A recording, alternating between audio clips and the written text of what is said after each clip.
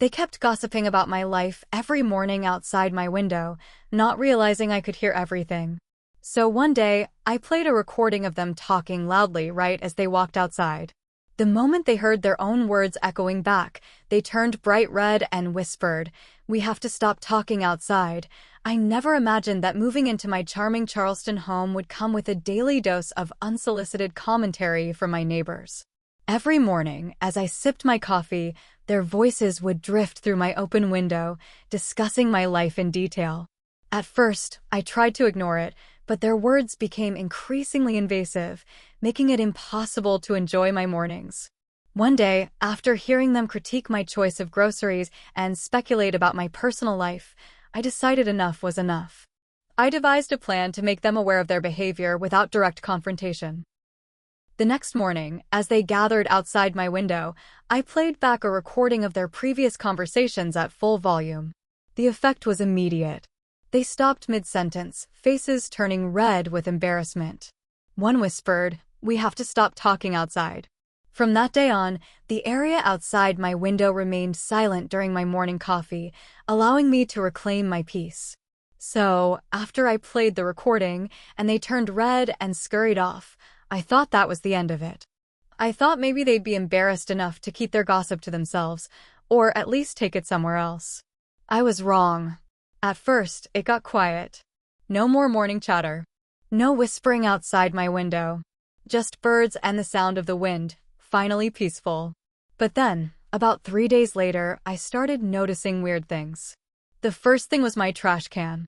It had been moved all the way to the end of the street. I usually kept it right by the gate, but now it was sitting in front of my neighbor's house, half open, with garbage spilling out. I thought maybe the wind blew it, but the weather had been calm. Still, I didn't want to jump to conclusions. Next day, there was a weird knock on my door. I opened it to find a city inspector standing there, clipboard in hand, sunglasses on. "Ma'am, we got a call about an illegal renovation happening here. Noise complaints, construction without permits, that sort of thing." I was stunned. I hadn't done a single thing to the house. I explained that to him, invited him in, and he looked around, saw there was nothing going on, and left, confused. The same night, I caught Mrs. Johnson standing across the street, talking to someone on the phone. She didn't see me watching from behind my curtains, but I could tell from her body language, she was pointing at my house. I knew then, this wasn't over. They were mad. Humiliated, probably. And now they were trying to retaliate in the most passive-aggressive, sneaky way possible. Another few days passed. Then came the notes. Folded pieces of paper, no envelope, left under my door or tucked into the mailbox. No name, no handwriting I could match. But I didn't need to match it. I knew exactly who it was. "You should mind your own business. Some people aren't meant to live in this neighborhood. Respect is earned." It was childish, but it was constant. I didn't respond. I didn't say anything. I didn't even play the recordings again. But I started documenting everything. Every note, every trash incident, every strange knock. Then the worst one happened. I came home from work, walked into my kitchen, and smelled something awful. Like old meat or something rotting. I checked everywhere, nothing in the fridge, nothing in the trash. I finally found it. Someone had thrown raw chicken parts under my porch steps. They were hidden behind one of the wood beams, probably tossed from the side. I had to put on gloves and get rid of it, scrubbing the wood with bleach. My stomach turned from the smell. That was the moment I realized this had crossed the line. This wasn't just petty gossip anymore. It was harassment. And that's when I decided to take things up a notch. After I cleaned up the mess under my porch, I installed a couple of small security cameras, nothing fancy. One on the front porch, one by the side gate, and one facing the backyard. I didn't want to accuse anyone without proof, and deep down, I still hoped I was overthinking it. That hope didn't last long. 2 nights later, at 3:12 a.m., my phone buzzed. Motion alert. I opened the app and stared at the screen. There, in grainy night vision, was Mrs. Thompson.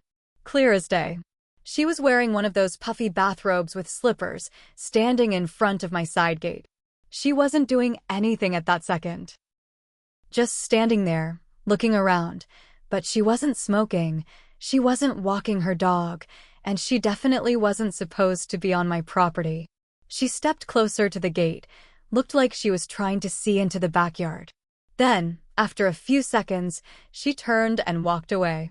That same morning, I found a bag of dog poop tied to my door handle. Now, here's the kicker. I don't have a dog. Never have. So whose was it? Yep. I checked the camera footage again. An hour before dawn, Mrs. Johnson this time. Hoodie pulled low, but her walk, her posture, everything about her screamed it was her. She walked up with the bag, looped it on my door handle like it was some kind of twisted gift, and walked off. I was done. I printed stills from the video. I took screenshots of the notes. I had timestamps, everything. But instead of going straight to the police or HOA, I decided to try something first, just to see how they'd react. I printed the photos and taped them to my window. The same window they used to gossip in front of every morning. 2 days later, they didn't show up at all. But someone else did.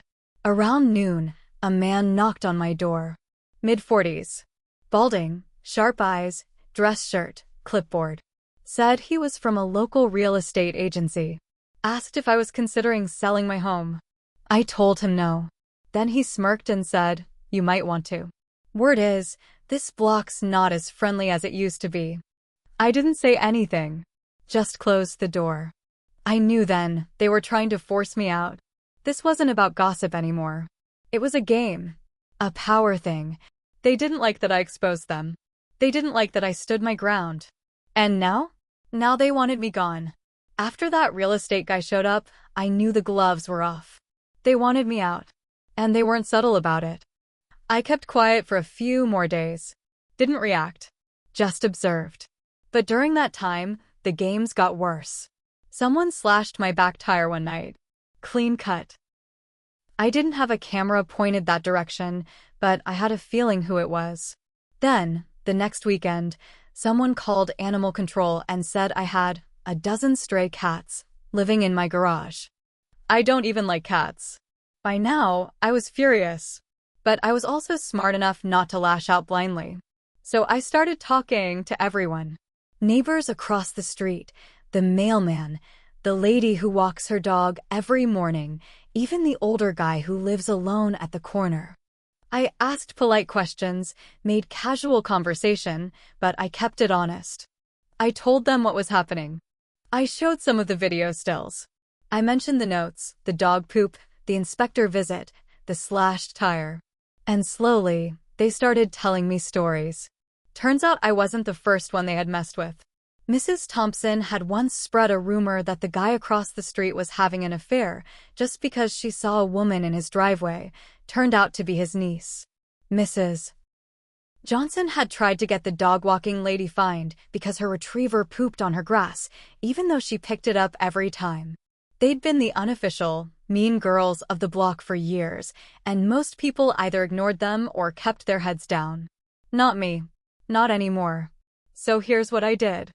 I compiled everything I had, photos, video clips, notes, timestamps, and wrote it all up in a long, honest letter. No insults, no exaggeration. Just the facts. Then, I made 22 copies. One for every house on the block. Early Sunday morning, I delivered them. Quietly. One by one. By noon, the neighborhood was buzzing.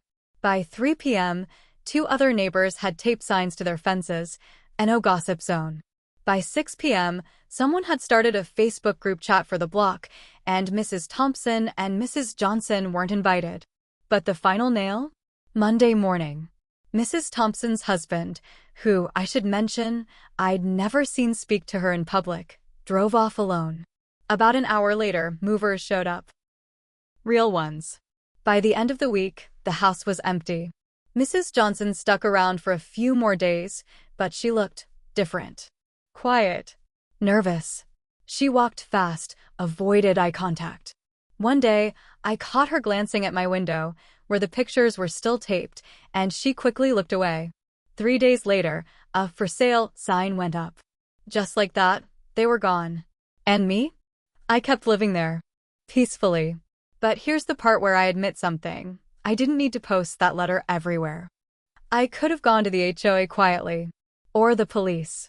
But a part of me wanted them to feel exposed, the way they made me feel. And that part of me won. It wasn't just about stopping the gossip. It was about making them pay. And maybe that makes me know better than them. But you know what? I sleep fine now. No whispering.